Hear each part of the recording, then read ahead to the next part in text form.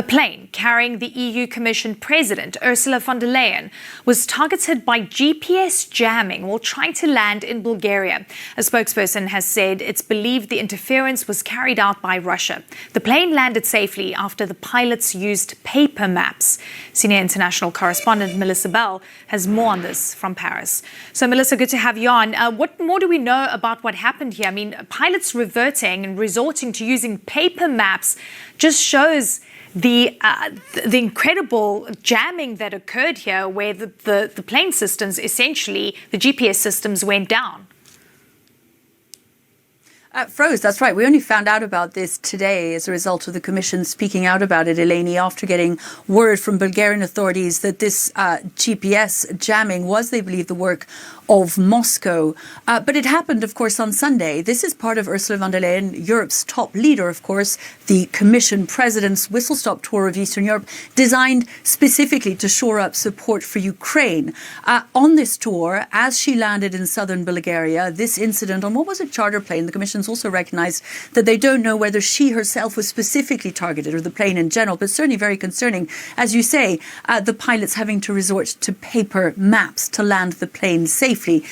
It did land safely and she was able to carry on with her work. But she pointed out on the tarmac there, after, of course, learning of this incident, but before the rest of the world had learned of it, that there was an urgency that we needed to keep in mind about fighting Russia and continuing to support Ukraine. You can see the images of her landing on Sunday on that airport tarmac in southern Bulgaria safely. But another example, as she said, of the need to keep a very close eye on Russia and continue fighting.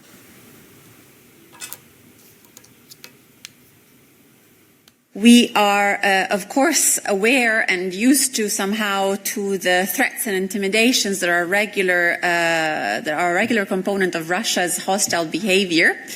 Of course, this will only reinforce even further our unshakable commitment to ramp up defense capabilities and support for Ukraine.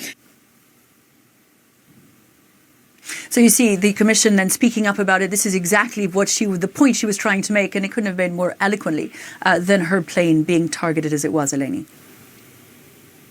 Yeah, I mean, and incredible here because it just sort of highlights the larger issue with hybrid warfare and the risks that we're seeing playing out in Europe, and that's been going on for years now, but I guess highlighting how bad it could get. That's right. And I think this is something that we've been hearing a lot about these last few months, last couple of years. In fact, it was NATO Secretary General Mark Rutte who spoke at the beginning of the year about the fact that Europe is not entirely at war, nor is it entirely at peace. Bear in mind that many of these incidents go entirely unreported just because of their sheer numbers. So countries like the Scandinavian countries, the Baltic countries, have long been trying to raise the alarm about the extent of this hybrid warfare that Moscow has been carrying out on their soil. So there have been arson attacks.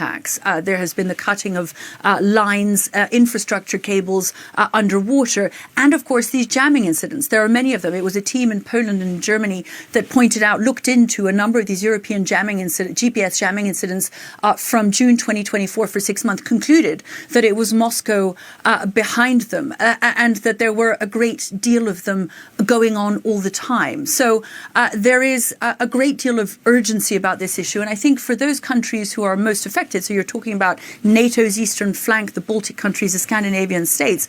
They have been very keen to try and point out that what's happening in Ukraine doesn't stay to Ukraine. It is already filtering out way beyond the borders of Ukraine as this destabilization of Europe efforts continue by Moscow. And you've seen they take place in countries that are the strongest proponents of continued support to Ukraine. So perhaps no surprise then that Ursula von der Leyen's plane was targeted even as she carried out this tour of the eastern flank of NATO and of Europe. Eleni.